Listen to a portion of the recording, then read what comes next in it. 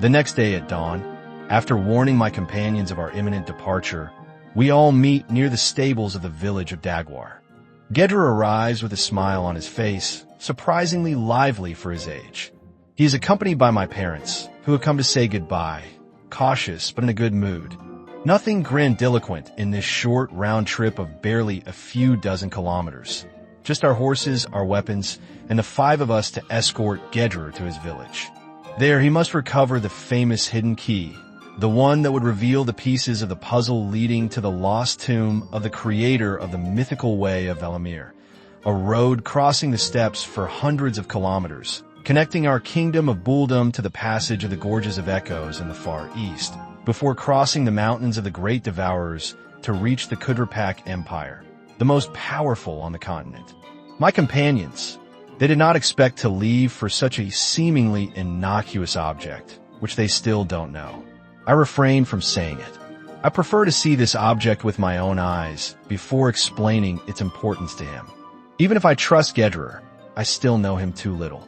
I prefer, as always, to judge on the facts. I briefly introduce my friends to Gedra, who greets them one by one, visibly delighted to meet them. Gedra, I present to you the youngest of the group, our healer, and our best archer, Lysar. He is not very talkative, but he is braver than he looks. Haha, this is Tavner, our scout among scouts. He is a little deranged, but his instincts are invaluable.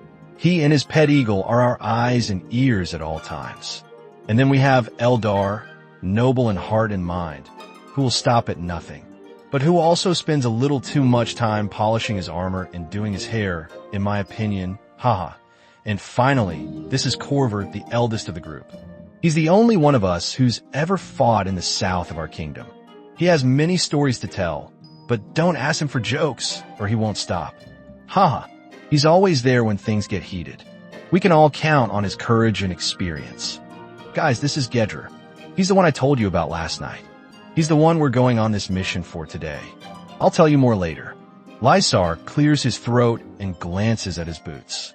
Pleased to meet you, he says softly, his fingers brushing the strap of his quiver.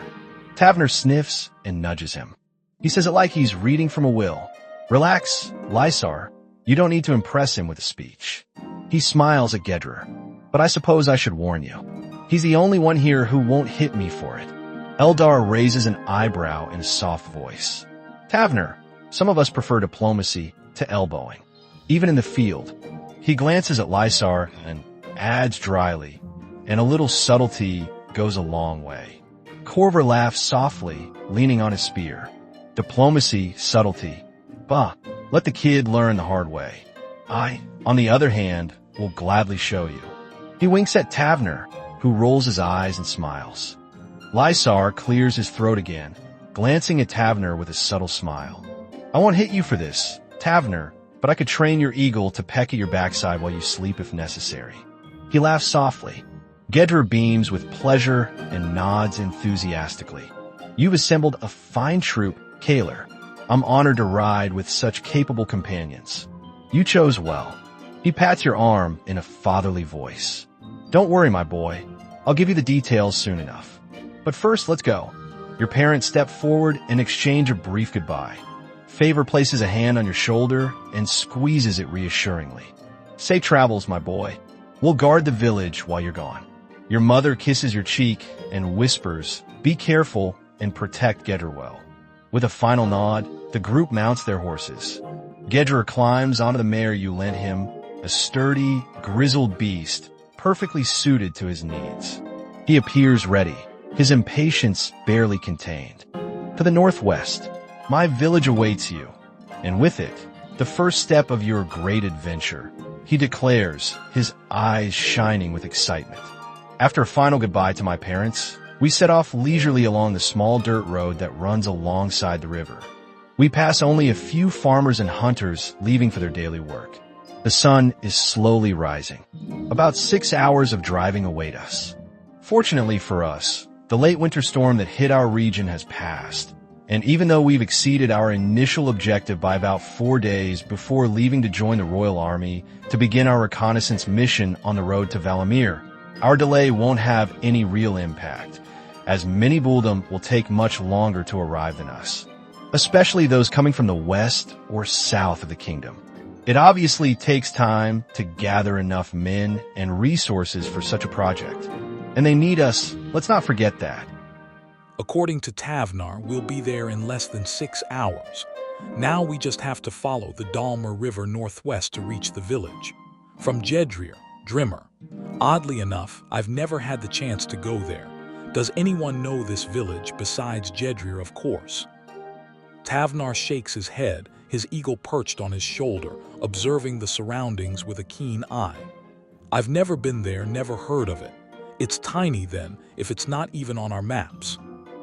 Eldar shifts uneasily in his saddle, his polished armor gleaming in the morning sun. Me neither, but I've heard of small villages hidden along the upper Dhalmar.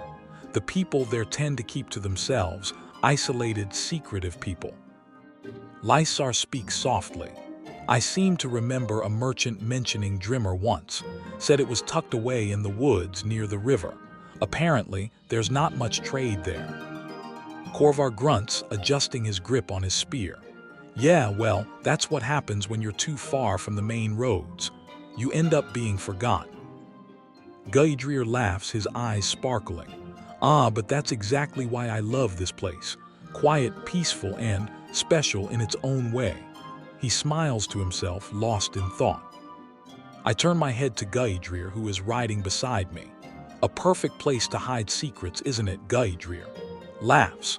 You'll have to tell us how a man from the center of the kingdom, descended from an illustrious lineage, ended up isolating himself in a village in the north of the kingdom in the Balor Forest. But in the meantime, let's continue on our way. I'd like to arrive before noon. We continue to walk quietly, the morning sun rising above the trees. Its golden light dances on the surface of the river, where a few fishermen cast their nets from small boats, their voices echoing faintly over the water. The air smells of damp earth and pine, the kind of scent that makes you forget winter. Gaidrir laughs back, his eyes sparkling with amusement. Yes, that may be true, but my reasons for staying in Drimar are complicated. Let's just say I've found a certain tranquility here, far from the whispers and expectations that once plagued me. The group falls silent, fascinated by the tranquility of the landscape.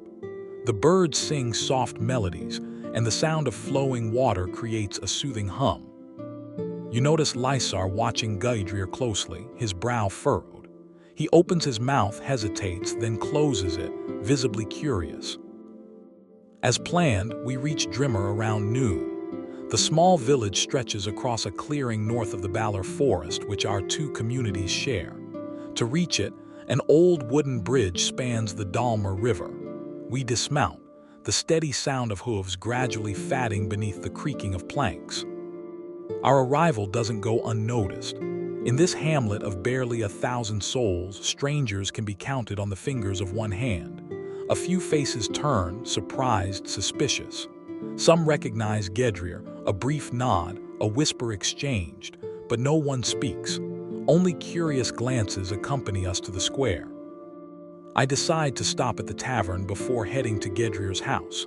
We tie our horses at the entrance and push open the wooden door. The smell of roasted game and hot mead envelops us. Immediately, the room, modest but lively, buzzes with the conversations of the lumberjacks and hunters who have come for lunch. As soon as we enter, silence falls again. The customers raise their heads, examine our faces, our weapons, our cloaks still covered in dust. Then the whispers resume, muffled. The innkeeper, a stocky man with a gray beard, approaches cautiously and leads us to a table at the back. We order a few tankards of mead. We have barely raised our glasses when a murmur runs through the room. The door opens again. A man in his 40s enters, wearing a wool coat more carefully cut than the others. Exclamations erupt, tankards clink. The man greets the room warmly, responding to several handshakes. Then, with a quick glance, he sees us. He exchanges a few words in a low voice with the men at the bar. Then his gaze turns to we, attentive, a little, just a little, skeptical. A shadow passes over his face. I understand then, hearing chiefs several times among the customers, that this is the village chief. After patting the innkeeper on the shoulder, he walks towards us. We, his determined step. Your group tenses, sensing the chief's approach. Even Corvar, the seasoned veteran that he is, can't help but straighten. The chief's gaze fixes on yours, his expression unreadable. Gaidrir, sitting next to you, seems unperturbed, though his grip on his staff tightens slightly. "Welcome, travelers," the chief says in a firm but courteous voice. "May I join you?" He doesn't wait for a response, pulls out a chair and sits across from you. "You're not from around here, that's obvious. Gaidrir, my old friend, could you explain to me what brings these brave warriors to our village?" He gestures toward your companions, his gaze lingering briefly on each of them before settling back on you. There's a calculating intensity in his eyes, as if he's trying to divine the purpose of your visit. You can feel the tension rising, the air heavy with unspoken words. I answer before Gedrir. "Hello, I am Kalar, son of Chief Favar from the village of Daguar, and these are my companions Lysar, Tavnar, Eldar, and Corvar. You are the village chief, aren't you? You must have received a message from me a few days ago regarding the recruitment of volunteer riders for the royal mission to restore the way of Valamir. What is your name?" The chief nods, his expression relaxing slightly at your words. "Ah yes, Kalar, I remember receiving your message. I'm Chief Herger." He gestures around the tavern where conversation has resumed, albeit hushed and curious. "We don't often receive strangers here.